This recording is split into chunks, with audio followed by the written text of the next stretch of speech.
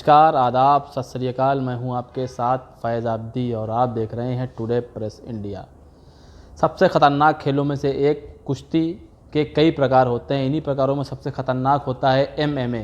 हमारे साथ आज मौजूद हैं एमएमए खिलाड़ी रुद्र प्रताप राणा साहब। आइए इनसे पूछते हैं। रुद्र प्रताप जी, ये बताइए कि जो आप खेल खेलते हैं एमएमए, वो किस तरीके होता है और क्या इसके रूल हैं? ये मिक्स मार्शल आर्ट्स इसका पूरा नाम है। इसमें बेसिकली आपकी कुश्ती, वुशु, रेसलिंग, जूडो, बॉक्सिंग, सारे जितने भी कॉम्बैट्स गेम सब यूज़ होते हैं। किस तरीके से ये खेला जाता है, क्या होता है इसमें, किस तरीके से? ये एक प्रोफेशनल फाइटिंग है। इसमें देश विदेश के प्लेयर्स बुलाए जाते हैं और कॉन्ट्रैक्ट के थ्रू फाइट्स होती हैं। तो जैसे फ्री स्टाइल रेसलिंग होती है पॉइंट के हिसाब से, कि उस हिसाब से होता है कि और किसी तरह के होता है कि इसमें हमने सुना है कि इसमें मारो और बस लड़के बाहर निकले तो जीत हुई, हार जो मर गया वो हार गया, इस तरह का होता है कुछ? बेसिकली इसमें 3 राउंड फाइटिंग बहुत ही कम चलती है। कोशिश यही रहती है कि फर्स्ट सेकंड राउंड में अपोनेंट्स को ख़त्म करें। बट हाँ, पॉइंट सिस्टम इसमें होता है। जी। अलग अलग पॉइंट सिस्टम किस इसमें तरीके से पॉइंट का सिस्टम होता है सर? पॉइंट्स टेक डाउन के अलग है पॉइंट है, पंच के अलग है, किक्स के अलग हैं। तो अपने अपने पॉइंट्स कुल मिला के बस मारना है खाली, बस? हाँ, कुल मिला के अपोनेंट्स को वो तो टैप करेगा या फिर केओ होगा। अच्छा। या फिर पॉइंट से हारेगा वो। तो ये बताइए, जो आप लोग खेलते हैं उसी में डाइट वाइट की क्या जरिए, जैसे और लोग कुछ खेलना चाहते हैं, अगर आगे बढ़ना चाहते हैं तो किस तरीके से वहाँ तक पहुँचे? क्योंकि आप इंडिया के फर्स्ट खिलाड़ियों में से एक हैं जो यहाँ तक पहुँचा है। उसे अभी डाइट्स में बेसिकली जो एमएमए प्लेयर्स होता है उसको काफ़ी चीज़ें वो चाहिए होती है, प्रोटीन का, फैट्स, सारी चीज़ इंक्लूड करनी पड़ती है। तो हमारे पास एक प्रॉपर न्यूट्रिशन होता है जो हमें डाइट के लिए सारी चीज़ बताता है कि आप भी ये लेना है, कल ये डाइट लेनी है।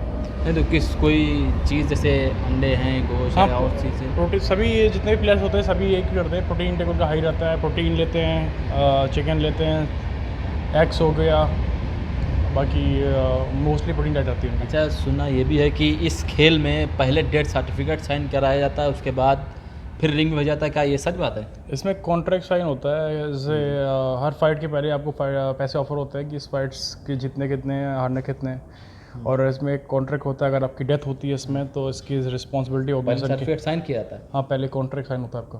राणा साहब, अपनी कुछ अपने बारे में बताइए। मेरा नाम राणा प्रताप सिंह है। मैं एक प्रोफेशनल एमएमए फाइटर हूँ। मेरा रिकॉर्ड 10 विन 0 लॉस का है। अभी मेरा साउथ एशिया में टॉप रैंकिंग है। मैं इंडिया का अभी टॉप फाइटर में से एक है जिसमें कि जो अब तक अनडिफीटेड है। तो ये खेल जो है वो कैसे खेला जाता है, ये ज़रा बताइए। ये खेल बेसिकली इस जितने कॉम्बैट्स गेम्स है सबका मिक्स गेम है ये, जिसमें बॉक्सिंग, वुशु, रेसलिंग, जूडो और एमएमए।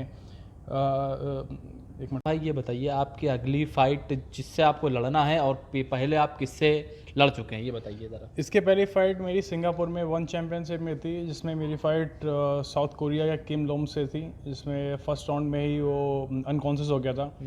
तो मैं फ़ाइट आराम से जीत गया था। अब मेरी नेक्स्ट फ़ाइट पाकिस्तानी फ़ाइटर के साथ प्लान चल रही है। आई थिंक वो फ़ाइट दिसंबर या जनवरी में वन चैम्पियनशिप में होगी। अपना आइडियल आप किसको मानते हैं? मेरा आइडल खबीब है, क्योंकि वो उसका गेम प्लान और मेरा गेम प्लान ऑलमोस्ट सेम ही होता है। साथ रुद्र प्रताप राणा के कोच मौजूद, आइए इनसे पूछते हैं। कोच साहब, ये बताइए कि जो ये खेल है वो किस तरीके से खेला जाता है और क्या क्या इसमें होता है? बेसिकली इस खेल में 5 मिनट के 3 राउंड होते हैं और इसमें आप किसी भी टेक्निक का यूज़ कर सकते हैं, चाहे बॉक्सिंग हो, किक बॉक्सिंग हो, कुश्ती हो, जुजित्सु हो। जुजित्सु एक तरह की जापानी रेसलिंग होती है। इसका एक ही मकसद है, किसी भी तरह अपने ओपोनेंट को हराना। अक्सर ये मैचेस 3 राउंड चलते ही नहीं हैं, अक्सर पहले या दूसरे राउंड में ही ख़त्म हो जाते हैं। ये एक ऐसा स्पोर्ट्स है जिसमें कोई भी एंटर कर सकता है और जिसमें स्किल्स हो वही जीतता है। ये आपने किस तरीके से इसको तैयार किया, जो ये इतनी आगे पहुंचने वाला है, इंडिया का फर्स्ट रेसलर बनने वाला, जो वहां तक पहुंचने वाला है, किस तरीके से आपने इसको तैयार किया? इसे तैयार करने में बहुत मेहनत लगी। हाँ, इसे सब चीज़ें सिखाई गई, बॉक्सिंग भी सिखाई गई, किक बॉक्सिंग भी सिखाई गई। हर एक स्पोर्ट्स में इसे लगभग नेशनल लेवल प्लेयर जितनी ट्रेनिंग मिलनी चाहिए, तभी ये स्पोर्ट्स आगे जाके कर पाएगा। तो क्या क्या डाइट आप सर इसको देते थे या देने के लिए कहते थे कि किस तरीके से डाइट लो जिससे पावर बढ़े? डाइट में हम लोग हाई प्रोटीन डाइट रखते थे। हाँ, इससे कार्ब्स दिए जाते थे ताकि ये मेहनत कर पाए बिना थके। अच्छा सर, एक सवाल आखिरी आपसे ये है कि जो लड़के आगे बढ़ना चाहते हैं, जिनके पास डाइट की थोड़ा फाइनेंशियल प्रॉब्लम भी है, उनको आगे बढ़ना, तो उनके लिए सर क्या कुछ किया जाए या सरकार कुछ करे कि वो भी आगे निकल कर आए, क्योंकि टैलेंट क्या बहुत होता है? जी, मैं सरकार से तो इस मामले में उम्मीद कम ही रखता हूँ कि वो सपोर्ट करेगी। पर आपके पास अगर डाइट भले ही कम हो जी। फिर भी आप जितनी डाइट मिली उस पर आप मेहनत कर सकते हैं, क्योंकि मेन इसमें मुद्दा आता है कि आपके पास कितनी हिम्मत है जी जी। और टेक्निक्स आपको कितनी आती है। आपको टेक्निक सीखनी है तो काफ़ी जगह हैं यूपी में, आप यहाँ। सर ये आखिरी सवाल आपसे है कि ये जो गेम है, इंस्टीट्यूट आपका है, यहाँ पर रिंग भी है, इसके अलावा और भी पॉइंट है लखनऊ में इसके? नहीं, लखनऊ नहीं, पूरे यूपी में भी ये एक लौता ही पॉइंट है जहाँ प्रॉपर एमएमए सिखाई जाती है और जहाँ से प्लेयर्स निकलते हैं। अच्छा। यहाँ से प्लेयर्स इंडिया के बाहर जाके खेलते हैं, जैसे वन चैम्पियनशिप हो गया, ब्रेव हो गया, एसएफएल में भी चैंपियन रहे हैं, और हमारे और भी कहीं और जाने के प्लान्स है। इस जगह को छोड़ के सिर्फ दिल्ली, मुंबई और बेंगलोर साइड सेंटर है जहाँ प्रॉपर ट्रेनिंग थोड़ी होती है और इंडिया से बाहर जाते हैं। पूरे उत्तर प्रदेश में यही है। अच्छा। और सिर्फ मिक्स मार्शल आर्ट ही नहीं, यहाँ पे बॉक्सिंग के भी प्लेयर्स निकलते हैं, वुशु के भी प्लेयर्स निकलते हैं, और शायद अब कुश्ती के भी निकलने लगे।